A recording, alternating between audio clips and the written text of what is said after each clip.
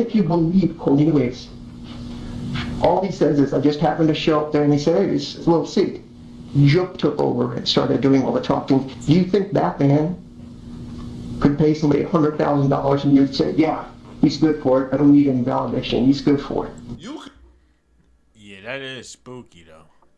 That nigga ain't had no $100,000 to go do that. Had niggas do that. And what I was told was the main reason this nigga told to begin with was because out of the money he's supposed to get, he got $800. Shit, I would have told on your monkey ass too. What the fuck? You could tell this a paid lawyer because he kind of cooking. I'll be real. Yeah. I'm watching this like, you do have a point in terms of like reasonable doubt. You are creating reasonable doubt when he says straight drop and Cornelius ain't speak to Hernandez Govan for weeks. That bitch trying my bed. I ain't trying to do that cause this bitch be whack. I just fucking out the Ukraine. Bitch come through, she gon' throw shit back. Let me talk about Buddha got the bag. When now he ain't even have bite. Niggas bouncing ain't kill no sight. I heard that Buddha ain't definitely bite. Dolph trial is currently going on.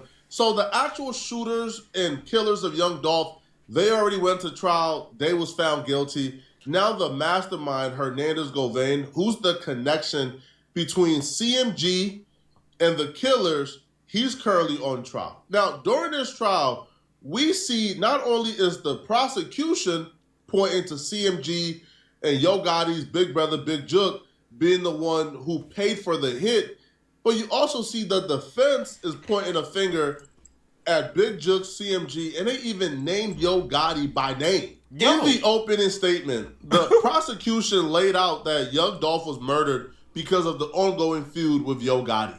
They will even give the history of Young Dolph and CMG's beef, which would also play out later on in this trial when it was brought back by the defense. And they was asking, hold on, bro. If y'all know that Yo Gotti and Big Jook is behind Young Dolph's death, then how come my client, who's the quote-unquote middleman, why is he at trial and Yo Gotti and Big Jook not at trial? He made his own way in the music industry. And he created a label called PRE, Paper Route Empire. What the fuck? Hopkins will tell us about it. He'll tell us that Adolph Thornton made his way in the music industry and created opportunities for other artists. But when you create opportunities for others, some people don't seem to like that. So Hopkins will tell us about another label, CMG, also known as Cocaine Music Group. He'll tell us about the history and the tension between these two labels. He'll tell us that CMG wanted Thornton as their own, but when he decided to pave his own way, when he decided to be self-made, he became CMG's enemy. Hopkins is going to set the stage for how this story truly began. And after Hopkins, you'll hear from Cornelius Smith. And this is when it all will click. Smith is a co-defendant. He'll tell you that he met Govan in 2021. They met through Smith's friend, Bobby Carter. And Smith has a couple of nicknames for Govan. He calls him Big Bro or Quet. Govan started out by selling drugs to Smith, pills more specifically.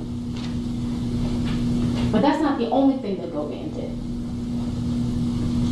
Govan chose Smith. And Govan chose him to do a job. Govan also chose Justin Johnson, another co-defendant, to do that same job. A job that ended in the life and death of Adolph Thornton Jr. He chose two desperate people. Smith, needing money, needing to support his family. Justin Johnson, an aspiring and up-and-coming rap artist that wanted to be on CMG's label, the very label that Govan had access to and was affiliated with. Smith will also talk about a meeting at Govan's house. The people present at that meeting were Smith, Govan, Justin Johnson, and Anthony Mims, also known as Big Jook. Now, Jook is the number 2 person at the CMG label. Smith will tell you that Govan said that there was a bounty on Adolph Thornton's life. In fact, there were multiple bounties on PRE artists. The interesting part about this is they kept saying CMG, CMG, CMG. Yeah. When Big Jook was the one they identified, because Big Jook was the president of CMG, Yo Gotti is the label owner.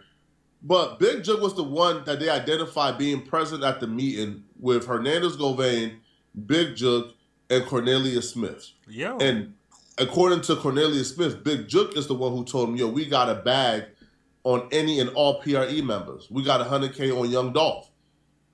According to Cornelius Smith, Govan never really said too much during that meeting.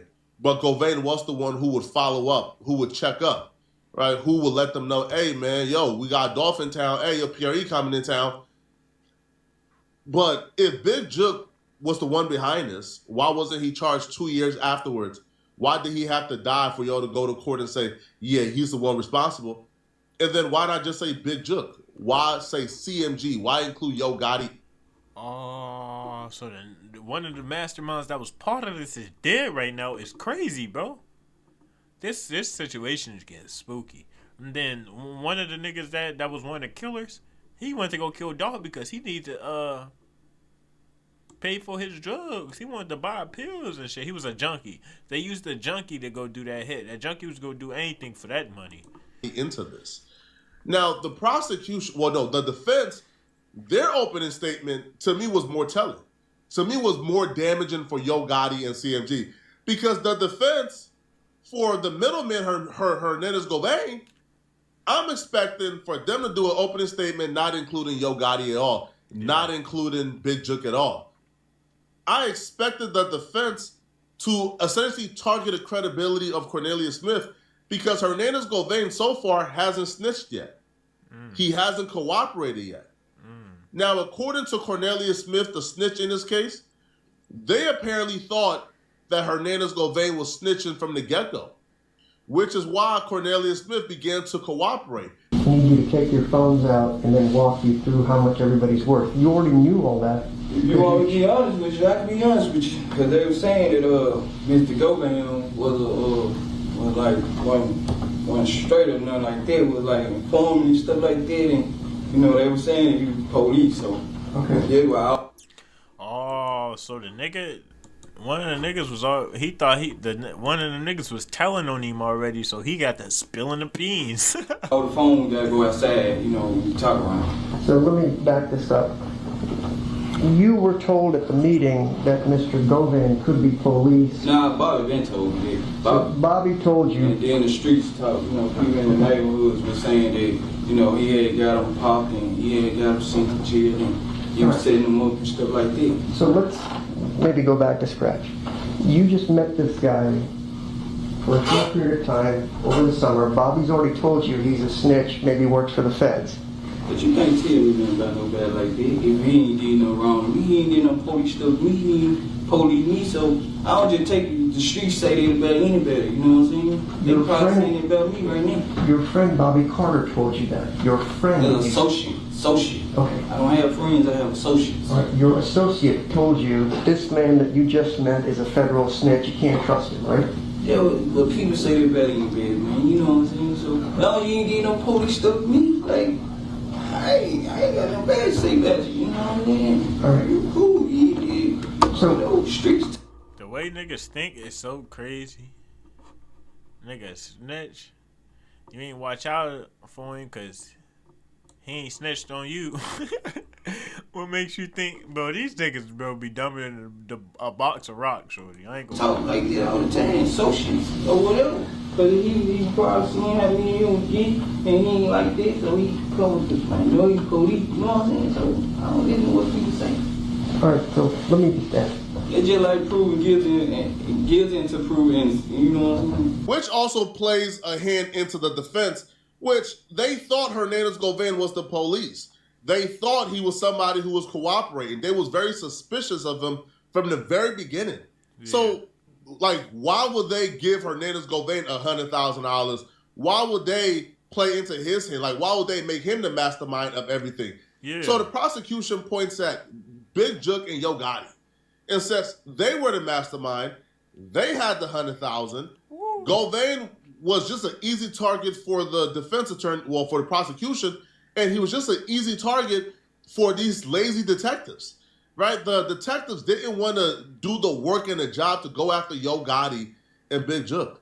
Now, the crazy thing about this, if Hernandez Govain ain't snitching or not cooperating, then him going after CMG or Yo Gotti in his opening statement, to me, is kind of like, that's shocking to me. Hell yeah. Because as far as I'm concerned, Cornelius Smith is the only rat.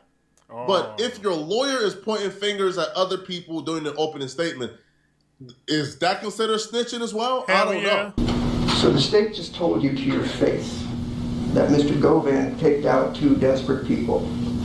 Cornelius Smith, if you are to believe him, says in his statement, I just happened to be going by Quet's house, Govan's house, to buy some ecstasy pills with my girlfriend. Jook happened to be there. He doesn't say Quet said a word. Jook says there's a hate on everybody, and I got you. And Jook says, take the phones outside while I talk to you. Assuming you believe any of that's true. And the reason I ask you if you think any of that's true is the police never went to question Jook, aka Anthony Mims, or Yo Gotti, or any of the people with CMG. Never once even tried to do an interview. So this is as plain as day. Jook said do it. Quet didn't say anything. Quet lives in the poorest part of Memphis in Orange Mound. Sells a few ecstasy pills to make a living and hustles with some sports gambling. He's a nobody, and that's why I asked you about the peers. He's a throwaway that they can blame. Why did they not talk to Jook or anybody else with CMG? Ever. Now, Jook ended up getting killed in 2024, 2.5 years after the fact. Never arrested, never talked to, never interviewed, never pursued, never surveilled, nothing.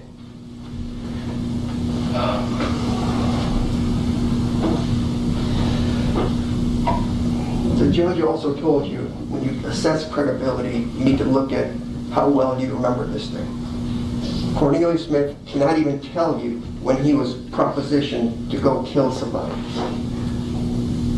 The shooting happened in November 17, 2021, and the best the police can say is that this meeting, where just randomly happened, as Cornelius himself has said, was sometime between August and September, 3 months prior to the shooting taking place.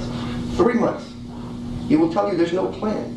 All he was told by Jook was there's a price on their heads. And that's kind of funny because when the cops, if they testify honestly, will tell you there have been multiple attempts on Mr. Dolph's life. Twice in Charlotte by other folks and once in Los Angeles. Everybody in Memphis knew there was a price on their head because there was a war between PRE and CMG. They were shooting each other. Yo Gotti's car was shot up here. The song 100 Shots came up after one of these things. There's a rivalry going on and people have been shooting. The police went through this. They know this. They also pulled YouTube videos where people are openly threatening to kill Dolph. It's in their slideshow. You know what they call their investigation? Operation Cookie Monster. That's how tasteful this whole Like, bro, Operation Cookie Monster is crazy, bro. And, like, these niggas are so stupid, bro. So stupid, bro. And they going down for good, too. And now they bringing on Yo Gotti into this and bringing in Big Jook. It's over for these niggas, bro. Y'all want to get in, bring in junkies and shit just to... Come on, bro. Y'all blew this one, shorty. Like, y'all see all these murder videos I've been watching lately? All these niggas just been stupid. When is we gonna catch a nigga that did something smart that almost got away at least? He could have got away if he didn't do that, you know? But no, these niggas so stupid. Everything they do get them in trouble. He's gotten with these folks. I'm sorry, my arms are shaking because I'm so furious that we're here as far as the trial goes. So the other thing the government hasn't told you when we talk about first impressions is, for weeks prior to the November 17, 2021 shooting, nobody called Govan, talked to him, did anything, be it Justin Johnson or Cornelius Smith. What Cornelius will tell you, which the government didn't tell you, is that morning, it was Cornelius's daughter's birthday, but he gets a call from Justin Johnson and says, I got a car, let's go do something. They get in the car and they start driving around, just looking for somebody to kill. They just happened to see Young Dolph's car going by, and they opened fire, and they killed him. And the interesting thing is, even though nobody communicated with Govan for weeks prior to this, they didn't talk to him that morning. He didn't help him get the car. He didn't help him escape. He didn't tell him what to do. He didn't tell him where to go. He didn't do anything. It was a spontaneous issue between two young men that morning. They shot him, and you know why there's no plan? Because they just start calling random people after the shooting. They don't call Govan. They have to go someplace. Hell no. To get bandaged up, as far as that goes. The people that help them, never been charged as accessories to anything. They then get rid of whatever they need to get rid of. They left the car across the street from Govan's house on the middle of the street, in front of the street. And just because he's a nobody and doesn't have money, like Gotti or Joe, his brother, who were never even questioned or charged, he's the phone guy on all this stuff. He didn't do anything. Even if you believe Cornelius, all he says is, I just happened to show up there, and he said, hey, it's a little seat. Joe took over and started doing all the talking. Do you think Batman could pay somebody $100,000 and you'd say, yeah, he's good for it. I don't need any validation. He's good for it. Yeah, that is spooky, though. That nigga ain't had no $100,000 to go do that. Had niggas do that. And what I was told was the main reason this nigga told to begin with was because out of the money he's supposed to get, he got $800. Shit, I would have told on your monkey ass too. What the fuck? You could tell this a paid lawyer because he kind of cooking. I'll be real. Yeah. I'm watching this like, you do have a point in terms of like reasonable doubt. You are creating reasonable doubt when he says straight drop and Cornelius ain't speak to Hernandez Govan for weeks. Yeah. That after that meeting with Big Jook, it was kind of understood there was a bag on Young Dolph's head. Yeah.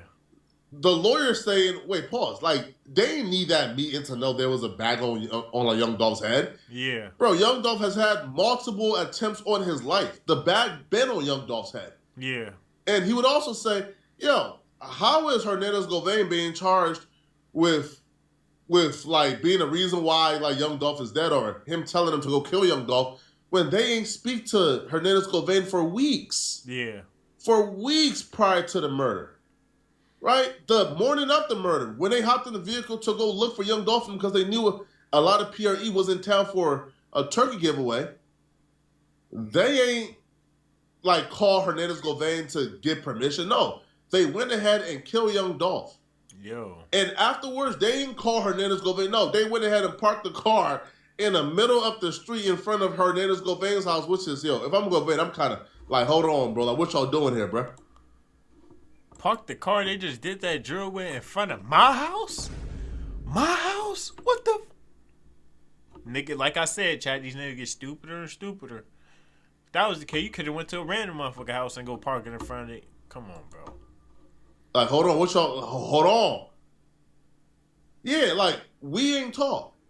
Now, Cornelius, though, now this is where it can go both ways, right? Because there's two things here. It could be accessory after the fact.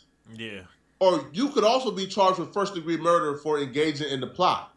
Because Cornelius would testify that Hernandez Govan met up with him after the fact and let him know that, hey, he's about to go grab the $100,000.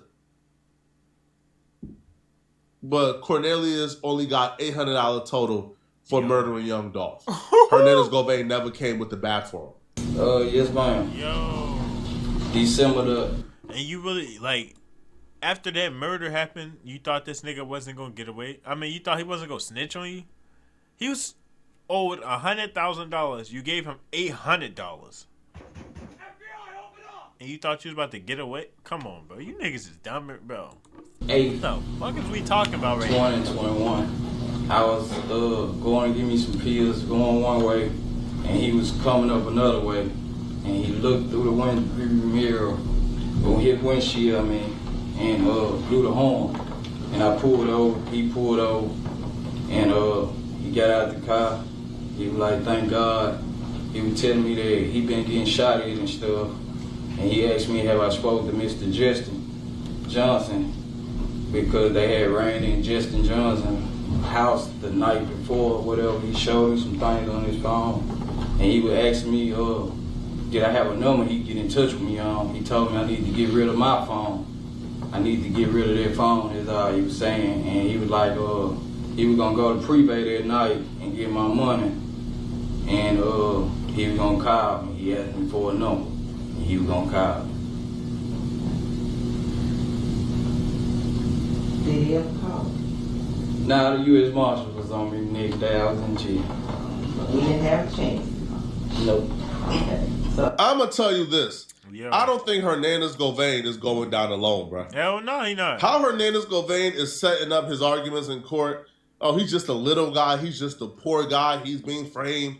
Yo Gotti and Big Jug, they got the bag. You think he can afford $100,000? It don't look like Hernandez Govain is going down alone, bro.